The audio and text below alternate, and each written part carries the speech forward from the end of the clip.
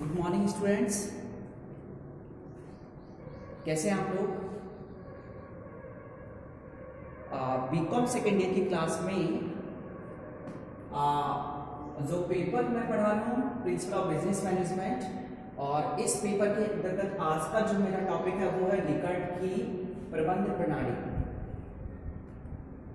यानी कि लिकर्ट के द्वारा जो प्रबंध प्रणाली यानी कि जो प्रबंध के बारे में अपने विचार व्यक्त किए थे उसके बारे में आज डिस्क्राइब करूंगा।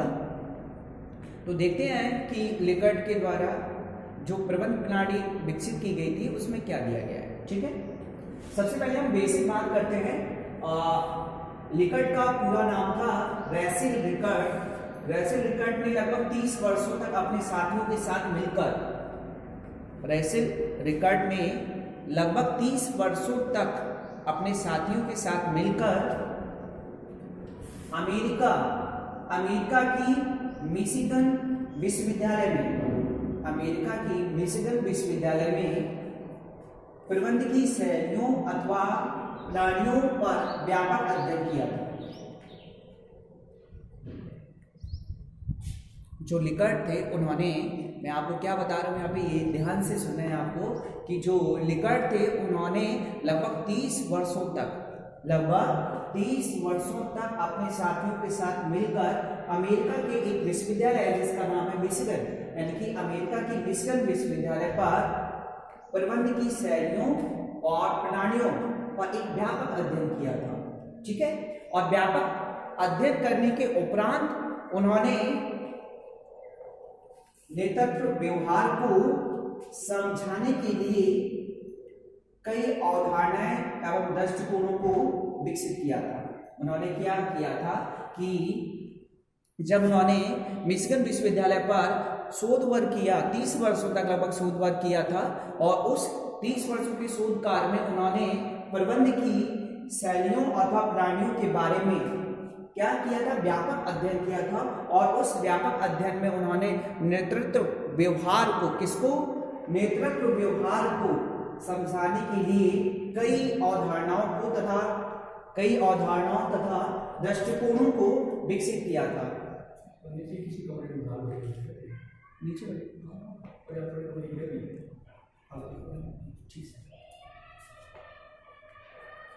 दृष्टिकोणों को विकसित किया था। लिकर्ट ने 4 प्रणालियों तथा मॉडलों को विकसित किया। इसे ही लिकर्ट की क्या कहा जाता है, इसे ही लिकर्ट की प्रबंध प्रणाली के नाम से संबोधित किया जाता है। ठीक है, एक बार फिर से मैं डिस्क्राइब कर देता हूं आपको कि जो लिकर्ट महोदय थे उन्होंने 30 वर्षों तक लगभग 30 वर्षों तक अपने साथियों के साथ मिलकर अमेरिका का एक विश्वविद्यालय है जिसका नाम है मिशिगन विश्वविद्यालय में प्रबंध की शैलियों तथा प्रबंध की प्रणालियों पर एक व्यापक अध्ययन किया था। और उस अध्ययन के उपरांत उन्होंने नेतृत्व व्यवहार को समझने के लिए या समझाने के लिए कई अवधारणाएं तथा दृष्टिकोणों को विकसित किया था। ठीक है, और लिकर्ट ने 4 प्रणालियों तथा मॉडलों को विकसित किया। इसे ही लिकर्ट का प्रबंध प्रणाली के नाम से भी संबोधित किया जाता है। ठीक है, और वो कौन से 4 प्रबंध प्रणालियां थी वो उसके बारे में बता देता हूं। पहला है शोषणात्मक तानाशाही। पहली प्रणाली का नाम है शोषणात्मक तानाशाही या निरंकुश प्रणाली। इस प्रणाली के अंतर्गत क्या होता था कि जो प्रबंधक होता था, यानी कि प्रबंध जो कमेटी होती है वो एक तरीके से तानाशाह होती है। क्या होती है? एक तरीके से तानाशाह होती है। और इस प्रणाली के अंतर्गत आप जैसे नाम से भी समझ रहे होंगे कि यहाँ पे तानाशाह शब्द लगा हुआ है, यानी कि सूचनात्मक तानाशाह। यहाँ पे जो प्रबंध होता है यानी कि प्रबंधक जो होता है उसे सिर्फ अपने कार्य से मतलब होता है। किससे मतलब होता है? कार्य से मतलब होता है। यहाँ पे कर्मचारियों पर ध्यान नहीं दिया जाता है। किस पे ध्यान नहीं दिया जाता है? कर्मचारियों पे ध्यान नहीं दिया जाता है। यहाँ पे सिर्फ किस पे ध्यान दिया जाता है? यानी कि प्रबंधक के द्वारा, यानी कि जो भी कार्य है ना, जो भी कार्य का आयोजन किया जाएगा, उस कार्य को समय उपरांत ही क्या करना होता है, कर्मचारी को कंप्लीट करना होता है। तो इसमें था शोषणात्मक तानाशाही या निरंकुश प्रणाली। ठीक है, दूसरा है उदार तानाशाही अथवा निरंकुश प्रणाली। सेम ये ऊपर वाली जो मैंने आपको बताया शोषणात्मक तानाशाही या निरंकुश प्रणाली, सेम उसी के समान ही है, लेकिन थोड़ा सा यहाँ पे माइनस अंतर क्या है कि यहाँ पे जो प्रबंधक होते हैं वो कार्य के प्रति तानाशाही तो होते ही हैं, लेकिन इसमें होता क्या है कि अगर कर्मचारी समय पे अगर अपना वर्क कंप्लीट कर रहा है, समय से काम दे रहा है, ठीक है, और सही काम कर रहा है, तो यहाँ पे एक चीज और है, दंड एवं पुरस्कार का। यानी कि अगर आप अच्छा काम करोगे तो आपको पुरस्कार दिया जाएगा, अगर आप उसी काम को गलत तरीके से करते हो या आपका गलत होता है या आप की त्रुटि पाई जाती है तो आपको दंड भी दिया जा सकता है। ठीक है, तो दो चीजें मैंने आपको बता दी, एक था शोषणात्मक तानाशाही या निरंकुश प्रणाली, दूसरा है उदार तानाशाही अथवा निरंकुश प्रणाली, जिसमें दंड एवं पुरस्कार का भी प्रावधान किया गया है। ठीक है, आगे दिया हुआ परामर्श। ठीक है, परामर्श। ठीक है,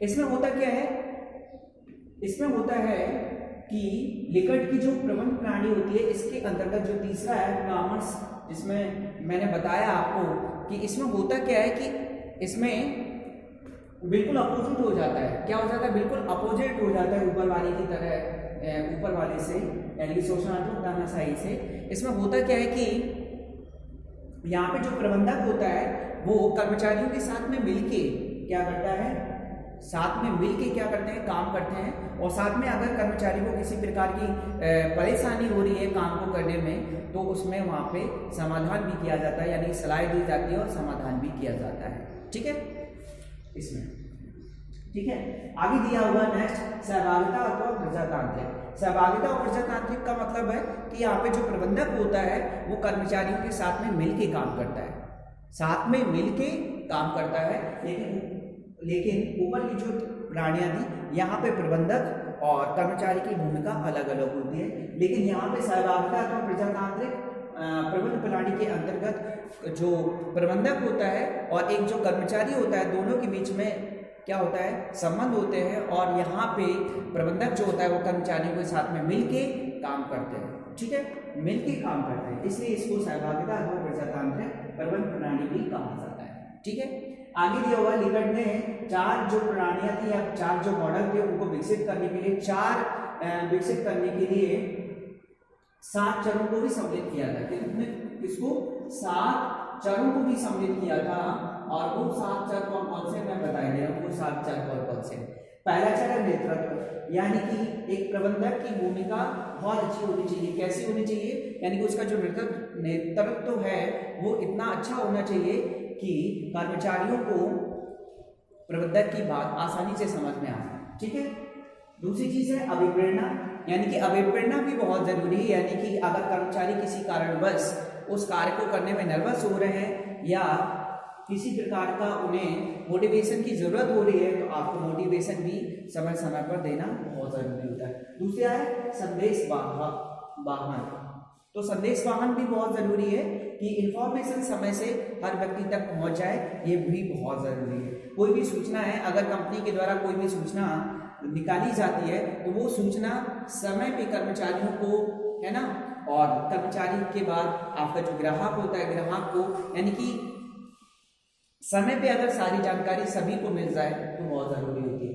आगे नेक्स्ट ये परस्पर संबंध का प्रभाव, यानी कि यहाँ पे प्रबंधक का और कर्मचारी के बीच में कैसा संबंध होना चाहिए, कैसा संबंध, मिलनसार संबंध होना चाहिए, है ना, ये भी बहुत जरूरी है, क्योंकि अगर प्रबंधक और कर्मचारियों के बीच में अगर संबंध अच्छे नहीं है तो कार्य करने की जो शैली होती है वो भी प्रभावित होती है। ठीक है, निर्णय प्रक्रिया, यानी कि प्रबंधक को यहाँ पे एक चीज और ध्यान रखना है कि आप कभी भी कोई भी निर्णय ले रहे हैं तो हमेशा सही और गलत का भी ध्यान में रखना होगा। ठीक है, आगे नेक्स्ट दिया है उद्देश्य निर्धारण। ठीक है, कंपनी के द्वारा कोई भी उद्देश्य निर्धारित किया जाता है वो क्यों निर्धारित किया जाता है? क्योंकि जब हम कार्य को कर रहे होते हैं और कार्य को कंप्लीट करना होता है, कंप्लीट समय से हमें उसे पूरा करना होता है, तो हमें उद्देश्यों को भी निर्धारित करना होता है। और जब भी हम कोई भी उद्देश्य निर्धारित करेंगे तो हमें हर चीज़ का ध्यान रखना होता है, वहाँ पे कर्मचारियों को भी ध्यान रखना होता है, ठीक है, कार्य को हमें ध्यान रखना होता है। यानी कि उस फील्ड के अंतर्गत जितने भी लोग आते हैं उस फील्ड के अंतर्गत उन सभी का हमें क्या करना होता है, ध्यान में रखना होता है। दूसरा है, नेक्स्ट है नियंत्रण प्रणाली। नियंत्रण प्रणाली ये भी बहुत जरूरी होती है, यानी कर्मचारी और प्रबंधक के बीच में एक जो कड़ी है वो है क्या, कंट्रोलिंग, यानी कि नियंत्रण का, ठीक है। क्योंकि प्रबंधक ही क्या कर सकता है, कर्मचारियों को कंट्रोल कर सकता है, ठीक है। क्योंकि जब प्रबंधक कोई निर्देश देता है, ठीक है, कोई आदेश देता है, तो कर्मचारियों का फर्ज होता है या एक जिम्मेदारी होती है कि उसे क्या करें, समय से पूरा करें, समय से निर्वहन करें। और दूसरी चीज, उस आदेश को क्या करना है, हमें फॉलो करना है, ठीक है। जब तक हम उस आदेश को फॉलो नहीं करेंगे, उस आदेश को नहीं मानेंगे, तो हम क्या नहीं होंगे, नियंत्रित नहीं रहेंगे, ठीक है। इसलिए नियंत्रण प्रक्रिया भी बहुत जरूरी है, क्योंकि एक व्यक्ति दूसरे व्यक्ति से जुड़ा हुआ है। और वो क्यों जुड़ा हुआ है, क्योंकि अनुशासन है तभी वो जुड़ा हुआ है, ठीक है। तो यहाँ पे ये चीज भी हमें ध्यान में रखनी है, ठीक है। That's all.